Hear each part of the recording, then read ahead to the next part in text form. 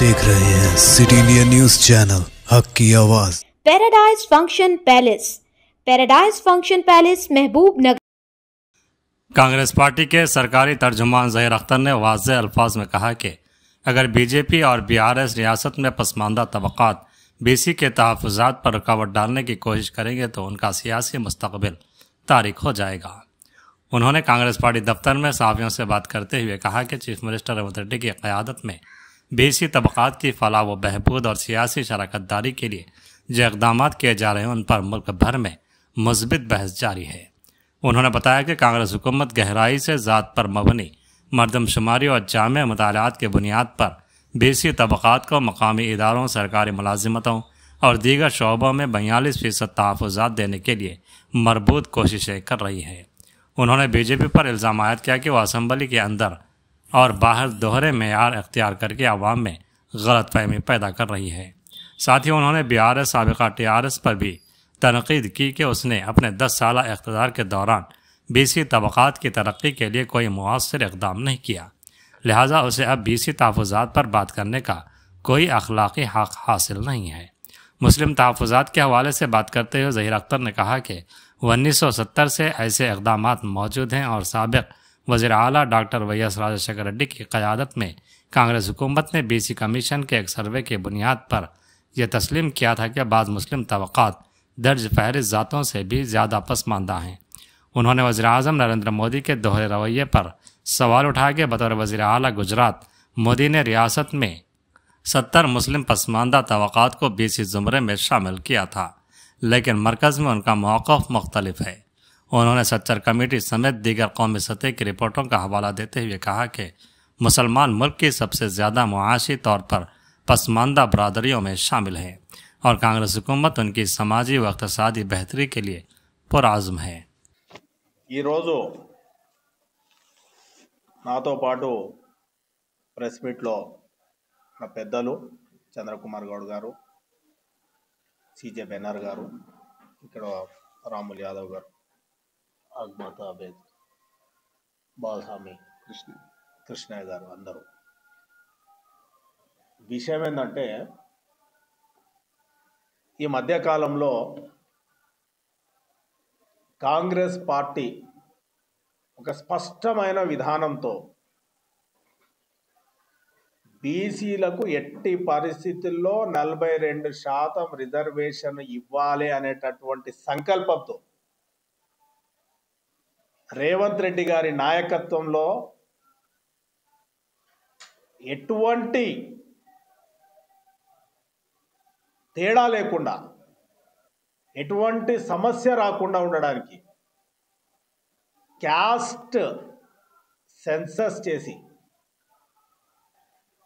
ఎవరు ఎంతమంది ఉన్నారు, ఏ కులానికి సంబంధించినటువంటి వాళ్ళు ఎంతమంది ఉన్నారు, అసలు ఆర్థికంగా, సామాజికంగా, రాజకీయంగా వాళ్ళు ఎంత వెనకబాటుతనంలో ఉన్నారు అనేటటువంటి విషయాన్ని పూర్తి స్థాయిలో సమగ్రంగా సర్వే ద్వారా తెలుసుకోవడం జరిగింది. తెలుసుకునేదాంతో పాటు భారతదేశానికి ఒక మోడల్గా ఈరోజు తెలంగాణ రాష్ట్రం నిలుస్తుంది. ఏ రాష్ట్రంలో లేని విధంగా ఈరోజు బీసీలకు న్యాయం చేయాలనేటటువంటి లక్ష్యంతో పనిచేస్తున్నటువంటి ప్రభుత్వం తెలంగాణ రాష్ట్ర ప్రభుత్వం, కాంగ్రెస్ పార్టీ నాయకత్వంలో రాహుల్ గాంధీ గారి సూచనల మేరకు ఈ మధ్యకాలంలో కొందరు మాట్లాడకం స్టార్ట్ చేశారు.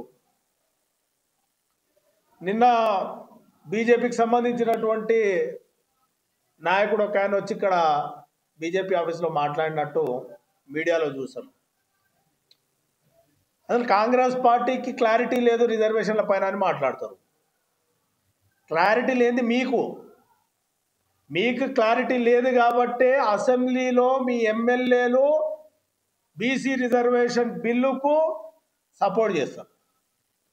బయటికి వెళ్ళిన తర్వాత ఈరోజు బాల్ మీ కోర్టులోకి వచ్చి మీరు ఆ రిజర్వేషన్లను 9th షెడ్యూల్లో పెట్టి ఆమోదింపజేయాల్సినటువంటి పరిస్థితుల్లో మీ రాష్ట్ర అధ్యక్షుడు అది సాధ్యం కాదని మాట్లాడుతున్నాడు. అది మీది డ్యూయల్ స్టాండర్డ్స్, మావిగా. We are very clear. బీసీలకు 42% రిజర్వేషన్లు ఇవ్వాల్సిందే. దానికి కాంగ్రెస్ పార్టీ కట్టుబడి ఉంది. మాట్లాడితే నెహ్రూ గురించి మాట్లాడతారు. ఇంకెన్ని దినాలు నెహ్రూ పేరు చెప్పుకొని బతుకుతారు? 11 సంవత్సరాలు అయింది మీరు అధికారంలోకి వచ్చి. మాట్లాడితే నెహ్రూ గట్ల చేసిండు. ఏం మాట్లాడుతుండు? నేను ఒక ఆయన మాట్లాడిండి, ఏమంటుండంటే నెహ్రూ గారు రిజర్వేషన్లకు వ్యతిరేకం ఉండే అని చెప్పేసి మాట్లాడిండు. ఒక లెటర్ను కోట్ చేసి మాట్లాడిండు. ఆ లెటర్ నేను కూడా చెప్తున్నా. లెటర్ సగం మాట్లాడి జూన్ 27, 1961 రోజు నెహ్రూ గారు రాసినటువంటి లెటర్లో ఉండేటటువంటి విషయంలో ఆయన ఎకనామికల్ అప్లిఫ్ట్మెంట్ చేయాలి వెనుకబడినటువంటి వర్గాలకు అని చెప్పాడు. దాని అర్థం రిజర్వేషన్లు వద్దని నేను చెప్పా. అసలు మినిమం కామన్ సెన్స్ ఉండి బీజేపీ వాళ్ళు మాట్లాడుతున్నారా? అసలు వాళ్ళ కామన్ సెన్స్ కాదు, సెన్సే లేదు. సెన్స్ ఉంటే ఈ రకమైనటువంటి మాటలు మాట్లాడరు. ఇంకో మాట మాట్లాడతారు, మతపరమైనటువంటి రిజర్వేషన్లను దీంట్లో ముస్లింల రిజర్వేషన్లు పెట్టి 10% రిజర్వేషన్లు వాళ్ళకి ఇచ్చేసిరని మాట్లాడుతారు. అదే ప్రెస్ మీట్లో మళ్ళీ ఆయన ఏం మాట్లాడుతాడంటే బీసీ రిజర్వేషన్ కేటగరైజేషన్ చేయలేదని చెప్పేసాడు. కేటగరైజేషన్ చేయలేదని మీరే అంటారు, 10% ఇచ్చారని చెప్పేసి మీరే మాట్లాడతారు. అసలు మీకు కనీసం దానిపైన అవగాహన, మినిమం నాలెడ్జ్ ఉందా అని చెప్పేసి ఈ సందర్భంగా కాంగ్రెస్ పార్టీ పక్ష